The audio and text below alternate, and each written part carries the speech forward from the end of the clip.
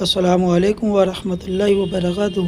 مرکز نظام الدین بنگلہ والی مسجد سے ہر زمانے میں ساتھی مرکز کو چھوڑ کر چلے گئے، اور کیوں چھوڑ کے گئے، کیا وجہ ہوئی، تو ساتھی باقی اس ویڈیو کے اندر دیکھتے ہیں اور آپ کیا بتایا گیا ہے اس ویڈیو کے اندر۔ بسم اللہ الرحمن الرحیم۔ قسط نمبر 655، علماء کا مقام۔ علماء کی شرعی ذمہ داری تحفظ اسلام و مسلمین ہے۔ اس وقت عوام کیا کریں؟ دعوتی کام اور اس کا اسلوب۔ الحمدللہ وحدہ والصلاة والسلام علی من لا نبی بعدہ، اما بعد۔ برصغیر کے لوگوں کے ڈھیروں میسیجز اور سوالات کی بنا پر ہم اسلامی پیغام کو وائرل کر رہے ہیں۔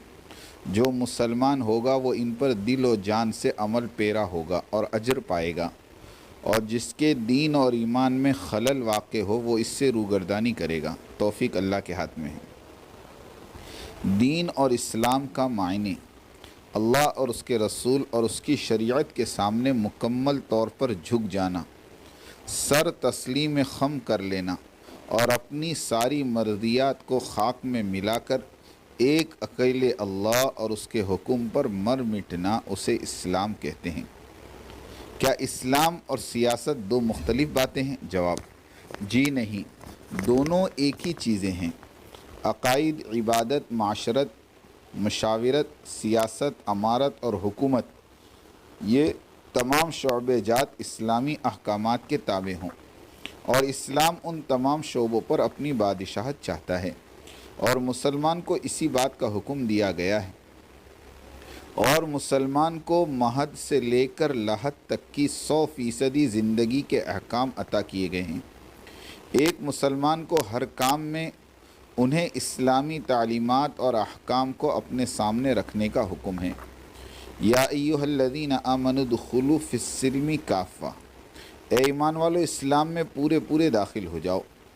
نماز، روزہ، حج، زکوٰۃ جس اہتمام اور عظمت سے ادا کیے جاتے ہیں، اسی اہتمام اور عظمت کے ساتھ دعوت، تجارت اور سیاست اور حکومت بھی کی جائے۔ اگر کوئی بندہ عبادات تو رسول اللہ صلی اللہ علیہ وسلم کے طریقے پر ادا کرتا ہو، لیکن دعوت، تجارت، سیاست اور حکومت اسلام کے دشمنوں کے طریقے پہ کرتا ہو تو یہ ادھورا مسلمان ہے، پورا مسلمان نہیں۔ تنبیہ: عوام تو کل انعام ٹھہرے، مگر علماء یعنی وارثان نبوی تو مذکورہ بالا امور کو 100% شریعت مطہرہ کے تحت انجام دے اور عوام کو بھی اسی ترتیب پر لے آئے۔ لیکن عمومی طور پر یہی دیکھا گیا ہے کہ سیاسی میدان میں عوام کی طرح علماء بھی اپنی ضد، ہٹ درمی اور انانیت کے جذبات میں بہہ کر اپنی سیاست میں دین اور احکام دین محمدی کو اپنے تلوے تلے رون دیتے ہیں۔ لا حول ولا قوت الا باللہ۔ علماء کی ذمہ داری: علماء تو ہوتے ہی اس لیے ہیں کہ وہ جان کی بازی لگا کر اللہ کے حدود کی محافظت کرتے ہیں، عوام کو دین سکھلاتے ہیں، دین محمدی کو دنیا میں غالب کرنے کی مساعی فرماتے ہیں، بھوک، پیاس اور مصیبتیں جھیل کر اللہ کے بندوں کو اللہ سے ملاتے ہیں، عوام کو سچا اور پکا مسلمان بناتے ہیں، علماء پیدا کرتے ہیں اور دین کے داعی پیدا کرتے ہیں، ہر حال میں حق کا ساتھ دیتے ہیں، مجرموں اور ظالموں اور قوم کے مال لوٹنے والے لٹیروں کے خلاف کھڑے ہوتے ہیں۔ کیا ہم نے اپنے رسول صلی اللہ علیہ وسلم کا ارشاد عالی نہیں پڑھا؟ ہمارے رسول اور آقا نامدار محمد صلی اللہ علیہ وسلم نے ارشاد فرمایا، جس نے ظالم یعنی حکام اور وزراء اور رؤسا کے جھوٹ کو سچ کہا اور ان کے ظلم میں ان کی مدد کی، وہ میرا نہیں، میں اس کا نہیں۔ فائدہ: کیا یہ بات عیاں اور آشکارا نہیں کہ جن کے ظلم اور لوٹ کی داستانیں ساری دنیا کے لوگ جانتے ہیں، سبھی مانتے ہیں، اس کے باوجود علماء اپنی ذاتی مفادات کے خاطر ان کی سیاسی حمایت کرنے پر اتر آئے اور عوام کو بھی اپنے ساتھ ملانے کی کوشش کرے، تو اس مذکورہ حدیث مبارکہ کا کیا معنی اور مطلب اور اس کی کیا اہمیت رہ جاتی ہے؟ مذکورہ بالا حدیث کے احیاء کے لیے علماء کا کام تو یہ تھا کہ ان ظالموں اور سفاکوں کی باز پرس کرتے، انہیں کیفر کردار تک پہنچاتے، ان کے جابرانہ نظام سے عوام کو نجات دلاتے۔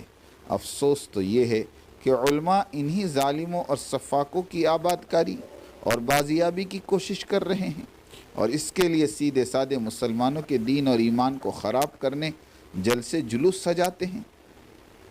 کیا یہ اسلام اور دین مصطفیٰ روح فدا صلی اللہ علیہ وسلم کا حکم ہے؟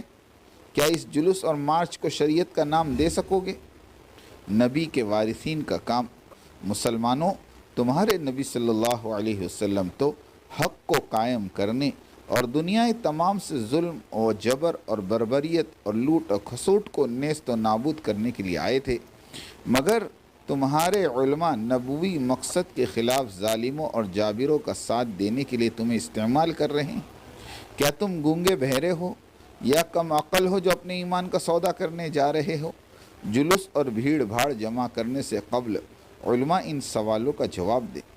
نمبر 1، محمد صلی اللہ علیہ وسلم رحمت للعالمین ہیں، سب انسانوں کے غمخوار ہے، آپ کی کوئی پارٹی نہیں تھی، وہ سب انسانوں کے رہنما اور علم بردار ہیں، تو پھر علماء جو وارثین نبوی ہیں پارٹیوں میں کیوں منقسم ہیں؟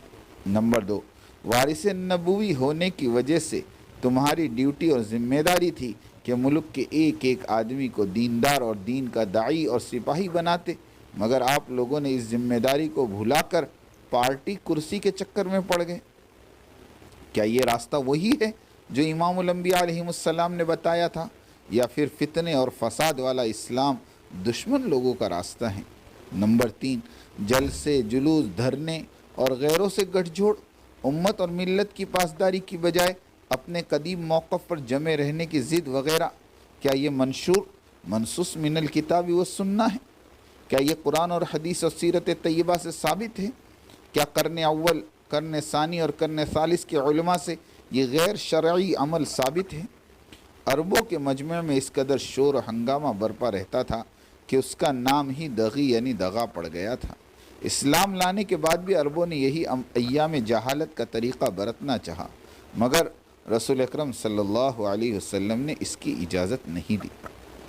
حضرت ابو موسیٰ اشعری رضی اللہ عنہ سے روایت ہے کہ ہم رسول اللہ صلی اللہ علیہ وسلم کے ساتھ ایک سفر میں تھے اور کسی وادی پر پہنچتے تو تکبیر اور تحلیل کے نعرے بلند کرتے تھے۔ اس پر حضور صلی اللہ علیہ وسلم نے فرمایا کہ لوگوں، وقار کے ساتھ چلو، تم جس کو پکار رہے ہو وہ نہ بہرا ہے نہ غائب، وہ تو تمہارے ساتھ ہے، سب کچھ سنتا ہے اور بہت ہی قریب ہے۔ جلوس، نعرے بازی، پیا جام، راستہ روکو، یہ سب کفر کے کام ہیں۔ قریش کے عربوں کی عادت تھی کہ جب کسی کی مخالفت پر اتر آتے تو اپنی پوری قوم کو لے کر جلوس کی شکل میں نکلتے، نعرے بازی کرتے اور غم اور غصہ دکھاتے، راستے میں جو بھی ملے اسے تنگ کرتے، اور جب کسی مقررہ جگہ پر پہنچ جاتے تو ساری منزل پر پھیل جاتے، یہاں تک کہ عوام کو راستوں پر چلنا مشکل ہو جاتا تھا۔ جب اسلام آیا تو رسول اکرم صلی اللہ علیہ وسلم نے اس کی ممانعت فرمائی۔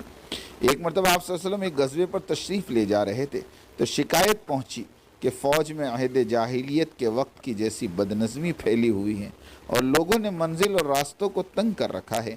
اس پر آپ صلی اللہ علیہ وسلم نے منادی کرائی کہ جو کوئی منزل کو تنگ کرے گا یا راہگیروں کو لوٹے گا اس کا جہاد نہیں۔ دوسرے موقع پر فرمایا، تمہارا اس طرح وادی اور گھاٹیوں پر منتشر ہو جانا ایک شیطانی فعل ہے۔ ابو ثعلبہ خشنی رضی اللہ عنہ کا بیان ہے کہ اس کے بعد یہ کیفیت ہو گئی تھی کہ جب اسلامی فوج کسی جگہ اترتی تو اس کا گنجان پڑاؤ دیکھ کر ایسا معلوم ہوتا تھا کہ اگر ایک چادر تان دی جائے تو سب کے سب نیچے آ جائیں گے۔ فائدہ، یہ واقعہ سند ہے تبلیغی ساتھیوں کے اس قول کا جو کہتے ہیں کہ صحابہ ایسے جڑ کے بیٹھتے تھے کہ اگر ان پر چادر ڈال دی جائے تو چادر پر جھول نہ پڑے۔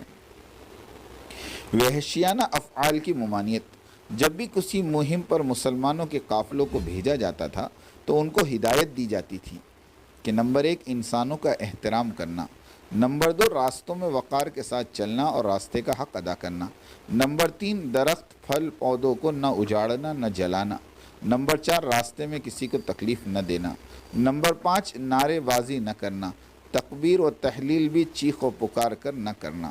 یہ سب احکامات صحیح حدیث میں موجود ہے، کسی بھی کتاب میں، یعنی کتاب المغازی اٹھا کر دیکھ لیں۔ فائدہ یہ تھی شریعت محمدیہ علیہ السلام۔ اب آپ قارئین اور سامعین کرام و جملہ علماء کرام اور مفتیان عظام ان موجودہ جلوسوں اور نعرے بازیوں اور ان میں گالیوں اور بہتانوں کے عمل کو کیا کہیں گے؟ کیا یہ سارے اعمال قریش کی ایام جاہلیت والے اعمال نہیں ہیں؟ کیا یہ سب کچھ جان لینے کے بعد بھی مفتیان عظام اور علماء کرام اور عوام کیا ان غیر شرعی جلوسوں اور ریلیوں کا بندوبست کرنے کو حق اور اسلامی چیز سمجھتے ہیں؟ کیا یہ لوگ وارثین نبوی کہلانے کے قابل ہیں؟ اگر صحابہ کرام اس وقت موجود ہوتے تو کیا وہ اس طرح کی ریلیاں اور جلوس نکالتے؟ اللہ سے ڈرو، یہ ڈیجیٹل ورلڈ ہے۔ جنہوں نے یعنی یورپ کے لوگوں نے یہ جلوس اور ریلیاں شروع کی تھی، انہوں نے خود اسے چھوڑ چکے ہیں۔ اختلافات ان کے اندر بھی ہیں، لیکن یہ جان چکے ہیں کہ یہ بھیڑ بھاڑ اور غصہ قوم اور ملک کی تعمیر نہیں کر سکتا۔ یورپین جس چیز کو تھوک چکے ہیں، علماء اسے چاٹ رہے ہیں، ظاہر علم نبوت سے وفاداری۔ اگر دنیا کی گدی اور کرسی اور مال و متاع کی ہوس ہے تو لفظ علماء کا تمغہ اور ٹائٹل اتار پھینکو، پارٹی کا نام بدل لو۔ کیوں کروڑوں علماء کی عزت کو تار تار کرتے ہو؟ وہ علماء کے جن میں صحابہ، تابعین، طب تابعین، ائمہ مجتہدین، علماء ہند و پاک و بنگلہ دیش اور عرب اور افریقہ، کتنے علماء کی ناموس اور عزت سے کھیلو گے؟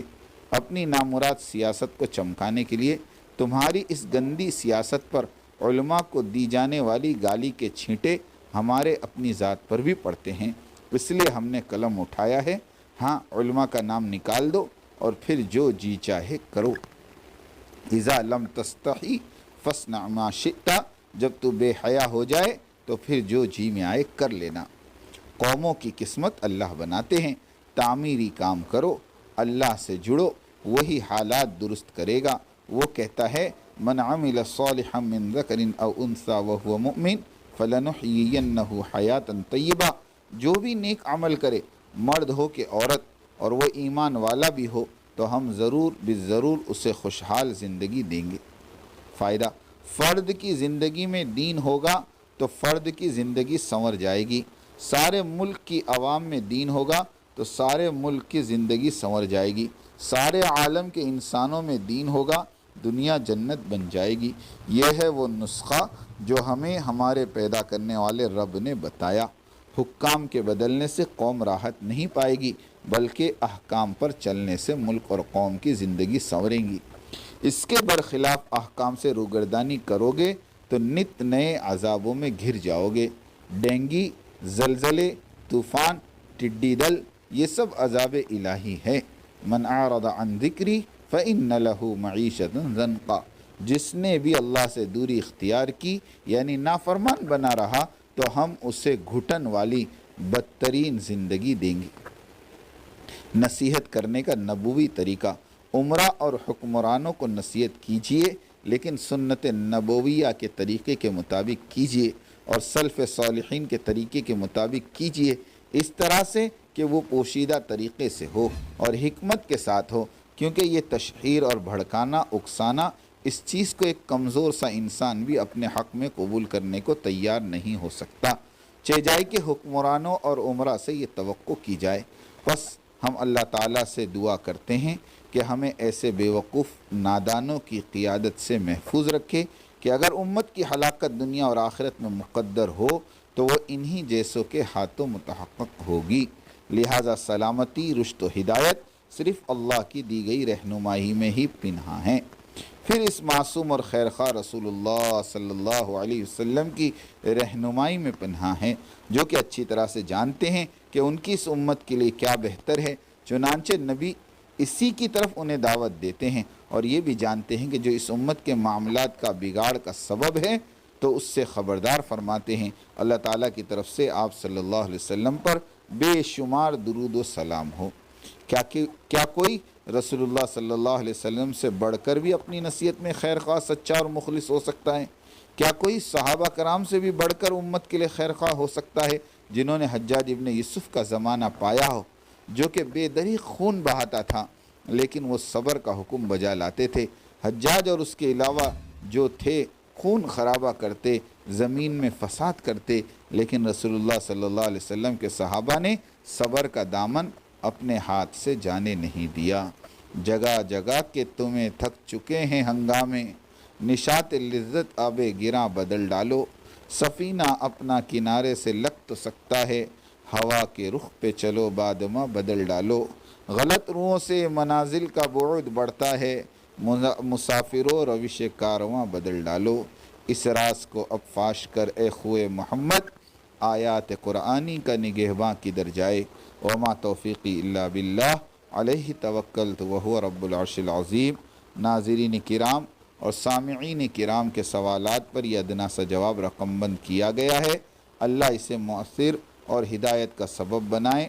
الخطا منی والصواب من اللہ تعالی، خطائیں میری طرف سے ہیں اور درست باتیں اللہ رب العزت کی توفیق سے۔ اللہ تعالیٰ ساری انسانیت کے مجموعی ہدایت کے فیصلے فرمائیں۔ آمین آمین آمین۔ وآخر دعوانا۔ تو ساتھی اس ویڈیو کے بارے میں آپ کی جو بھی رائے ہو، آپ اپنی رائے ہمارے ساتھ ضرور شیئر کریں۔ پھر ملیں گے اسی طرح اور کوئی نئی بیان اور کوئی نئی اپڈیٹ کے ساتھ۔ جب تک آپ حضرات اپنی دعاؤں میں ہمیں یاد رکھنا۔ اب آپ لوگ ہمیں دے اجازت۔ السلام علیکم ورحمۃ اللہ وبرکاتہ۔